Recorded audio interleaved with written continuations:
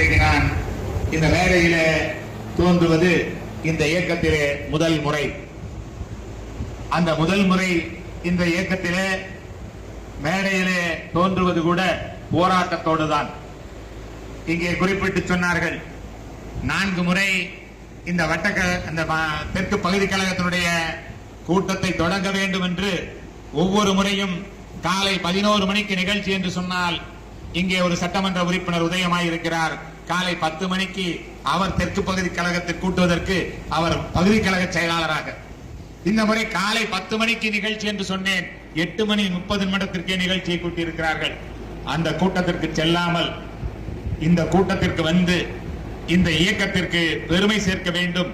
இந்த இயக்கம் வலுப்பெற்றிருக்கிறது, தாழ்வடையவில்லை, சோர்வடையவில்லை, உற்சாகத்தோடு தான் இருக்கிறது என்பதை காட்டுவதற்காக வருகிற உங்கள் அத்தனை பேருடைய பொற்பாதங்களையும் தொட்டு வணங்கி, நான் இந்த இயக்கத்திற்கு வேண்டுமென்றால் புதியவன், ஆனால் பொது வாழ்க்கைக்கு ஒரு 42 ஆண்டுகள் சொந்தக்காரன்.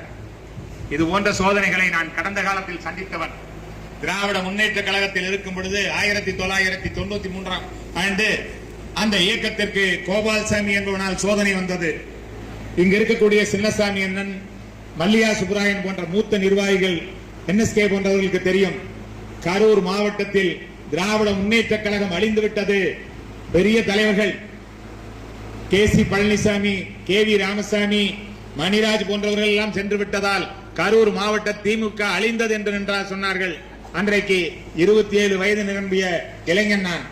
பரமத்தி சண்முகம் என்னிடத்திலே தாந்தோணி ஒன்றிய கழக பொறுப்பை தந்தார். இன்றைக்கு கூட ஒன்றிய கழகம் துண்டாடப்பட்டிருக்கிறது.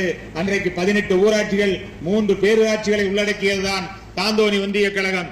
இன்றைக்கு தாந்தோணி ஒன்றிய கழகத்திற்கு ஒரு சட்டமன்றம். அன்றைக்கு கரூர், அரவக்குறிச்சி, தாந்தோணி 3 சட்டமன்றங்களையும் உள்ளடக்கியதுதான் தாந்தோணி ஒன்றிய செயலாளர். 1/4 நூற்றாண்டு காலம் வெற்றி பெறாத கிருஷ்ணராயன் சட்டமன்ற தொகுதியை வெற்றி பெற செய்த பெருமைக்குரியவன், இயக்கத்தை தூக்கி நிறுத்தியவன். அதுபோல இன்றைக்கு அனைத்து இந்திய அண்ணா திராவிட முன்னேற்ற கழகத்திற்கு வந்திருக்கக்கூடிய சோதனைகளை சாதனைகளாக மாற்றக்கூடிய இடம் உண்டு. நம்பிக்கையோடு பின்தொடருங்கள். நிச்சயமாக இந்த இயக்கத்தை வலுப்பெற செய்து மீண்டும் எப்படி என்னை இந்த இயக்கத்திற்கு எதற்காக அழைத்து வந்தார்கள் என்பது அனைவருக்கும் தெரியும். தாந்தோணி அனைத்து இந்திய பகுதி, அனைத்து இந்திய அண்ணா திராவிட முன்னேற்ற கழகம் மாலுமி இல்லாத கப்பலாக இருக்கிறது. அதற்கு நீ மாலுமியாக இருந்து இங்கு அதிமுகவை வெற்றி பெற செய்ய வேண்டும் என்று சொல்லி என்னை அழைத்து வந்தார்கள்.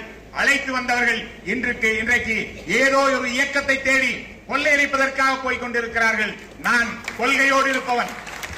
என்னை அழைத்து அலைபேசியில் பேசும் பொழுது எடப்பாடி முக்கியமா, என்னை விட எடப்பாடி முக்கியமா என்று கேட்ட பொழுது சொன்னேன், இயக்கம் முக்கியம், அந்த இயக்கத்தில் கண்டிப்பாக தொடர்வேன். நான் யார் வீட்டுக்கும் வேலைக்காரனாக வரவில்லை. ஒரு இயக்கத்தை பிடித்து இயக்கத்தினுடைய தலைவரை பிடித்தால்தான் ஒருத்தன் ஒரு மாற்று இயக்கத்திற்கு வர முடியும்.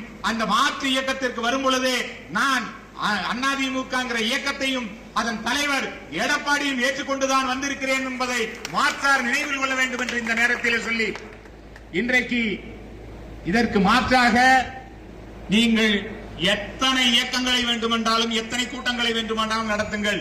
நிச்சயமாக தெற்கு பகுதி கழகம் கமலக்கண்ணனின் பின்னால் 100 விழுக்காடு அல்ல, 1000 விழுக்காடு துணை நிற்கும். இன்றைக்கு இந்த மேடையிலே உறுதியாக சொல்கிறேன், வர இருக்கின்ற உள்ளாட்சி மன்ற தேர்தலில் 9 வட்டக்கழகங்களில் குறைந்தபட்சம் 6 வட்டக்கழகங்களில் வெற்றி பெறுவதற்கு என்னுடைய முழு உழைப்பையும் தருவேன் என்பதை உறுதியாக சொல்லி, அனைவரும் எடப்பாடியார் பின்னால் அணிவகுப்போம், இயக்கத்தை காப்போம் என்று சொல்லி வாய்ப்புக்கு நன்றி கூறி விடைபெறுகிறேன். நன்றி, வணக்கம்.